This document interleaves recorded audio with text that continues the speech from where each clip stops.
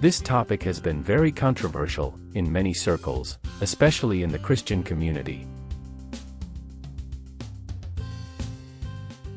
Should Christians listen to secular music?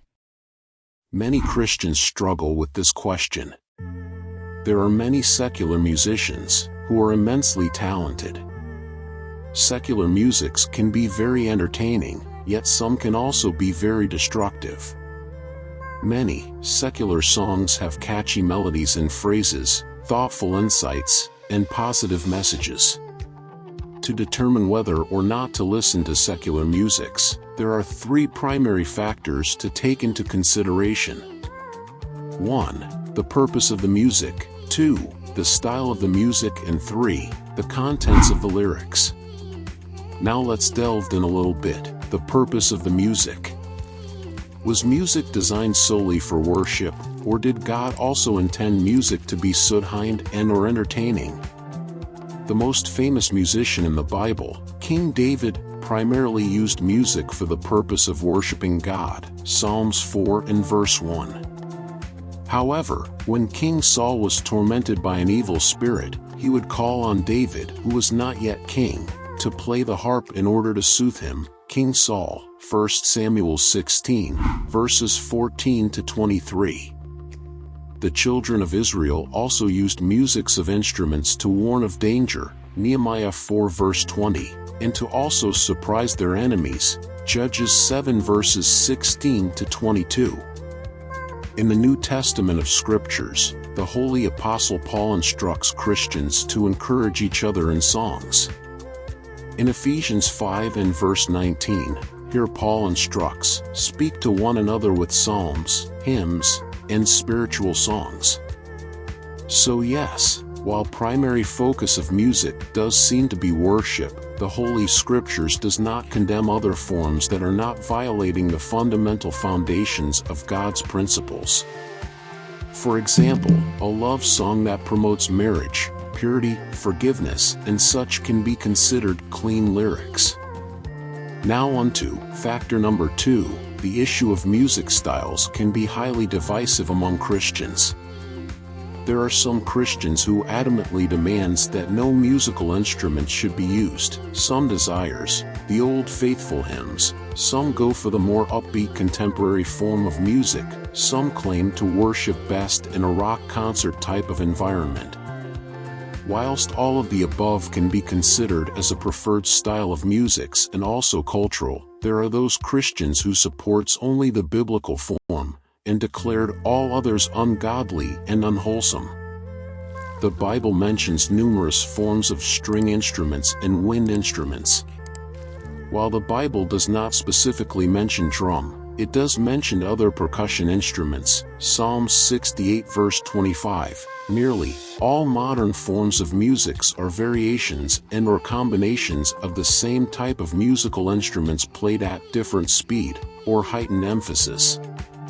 There are certain styles of music when listened to emanate certain feelings and emotions that can lead to or affects the thought process, which can trigger ungodly behavior, feelings, and/or even utterances.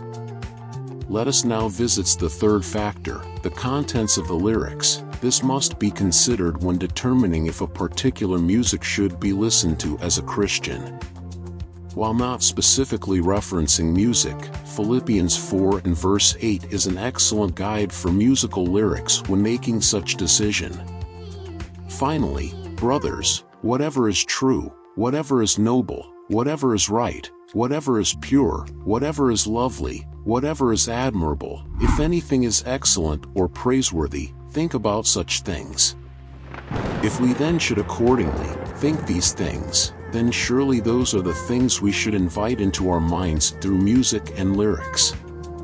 Can the lyrics in a secular be true, noble, right, pure, lovely, admirable, excellent, and praiseworthy? If so, there is nothing wrong with being a Christian and listening to such music of that nature. There is a song of a secular nature which carries the following lines: "If you give a little more than you take, and if you try to fix more than you break, if you are the type who take the time to help a stranger in the rain, there is a place for people like you." A song like this showcases love, which is a fulfillment of love thy neighbor as thyself. However, let me astento say, many secular musics do not meet the standards of Philippians 4 and verse 8, like a certain churchgirl song and others. In general, secular music often promotes immorality, violences, while belittling purity and integrity.